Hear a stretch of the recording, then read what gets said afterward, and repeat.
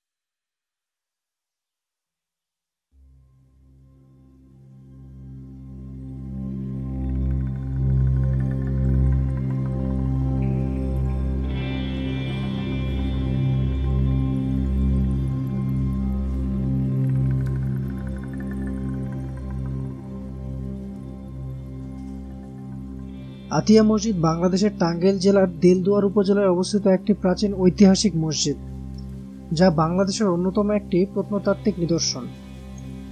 এই মসজিদটি ষোড়শ শতাব্দীতে নির্মিত হয়েছে এবং এখানে নিয়মিত জামাতে নামাজ আদায় করা হয়। বর্তমানে বাংলাদেশ সরকারের পুরাতত্ত্ব বিভাগ এই স্থাপনার তত্ত্বাবধান করছেন। আরবি আতা থেকে আতিয়া শব্দটির উৎপত্তি, যার ব্যুৎপত্তিগত অর্থ হল দানকৃত। আলী শাহানশাহ বাবা আদম কাশ্মীরি রাদিয়াল্লাহু তাআলা আনহুকে সুলতান আলাউদ্দিন হুসাইন শাহ টাঙ্গাইল জেলার জাগিরদার নিয়োগ দান করলে তিনি এখানে এসে বসবাস শুরু করেন। সে সময় তিনি ইসলাম ধর্ম প্রচারে এবং আনুষঙ্গিক ব্যয় নির্বাহের জন্য আফগান নিবাসী কররানী শাসক সুলাইমান কররানীর কাছ থেকে সংলগ্ন এলাকা দান বা ওয়াকফ হিসেবে লাভ করেন এবং এই এলাকাটি তাকে দান করায় এই অঞ্চলটির নাম হয় আতিয়া। পরবর্তীতে বাবা আদম কাশ্মীরির পরামর্শক্রমে সাইদ খান পন্নী নামক সুজিফির এক ভক্তকে মোগল সম্রাট জাহাঙ্গীর উক্ত আতিয়া পরগনার শাসনকর্তা হিসেবে নিয়োগদান করেন। এই সাইদ খান পন্নী 1608 সালে বাবা আদম কাশ্মীরির কবরের নিকটে এই আতিয়া মসজিদটি নির্মাণ করেন।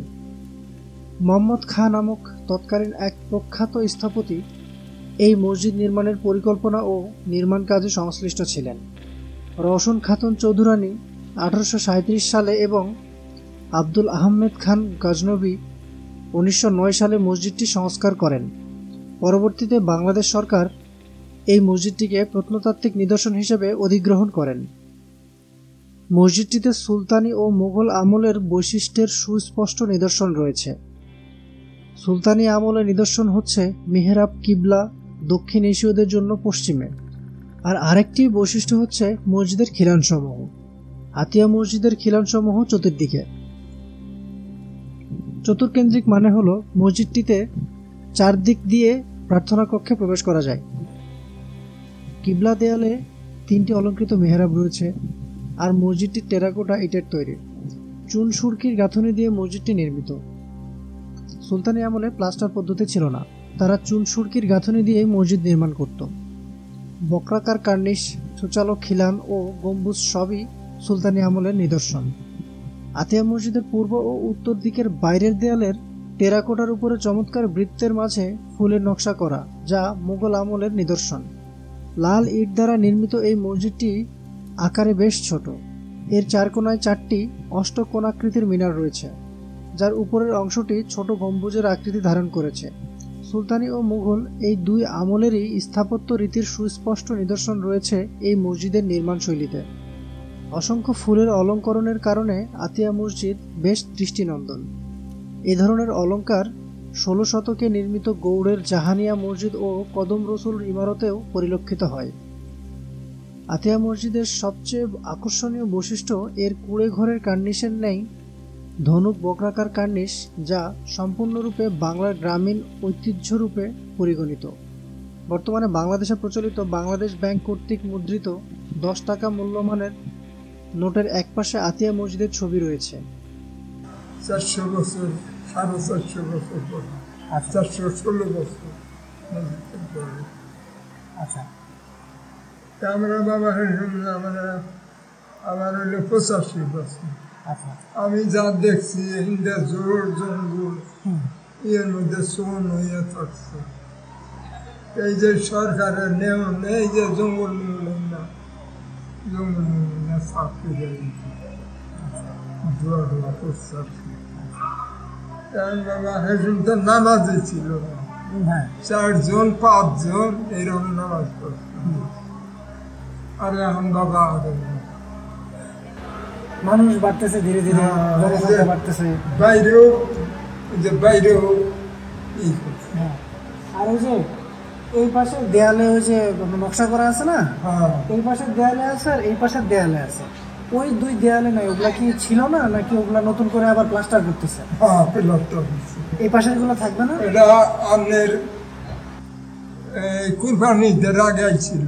আচ্ছা, আইয়া প্লাস্টার ভালোই চললো।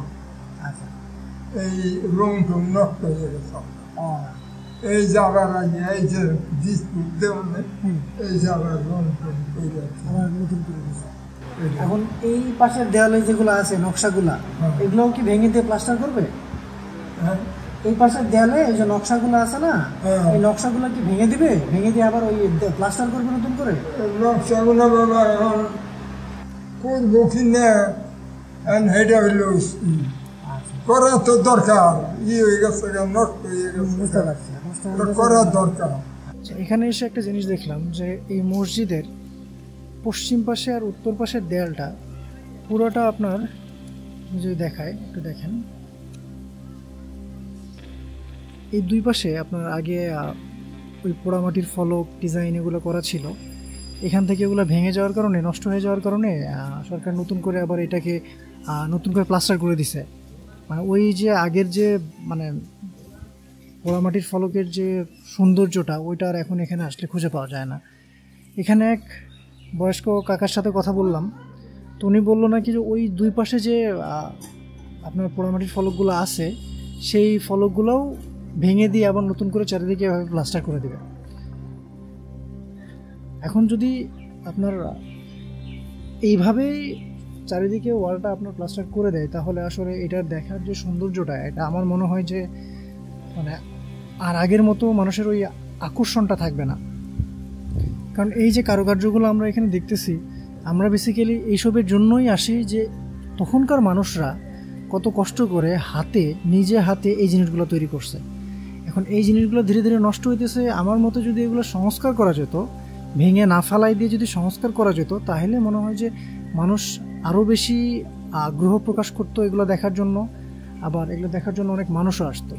কিন্তু এই জিনিসগুলো যদি আবার ভেঙে ফেলে দেওয়া হয়, ফেলে দিয়ে যদি একটা প্লেন প্লাস্টার করে দেওয়া হয়, তাহলে এই জিনিসগুলোর আগের মতো থাকবে না, মানুষ পছন্দও করবে না।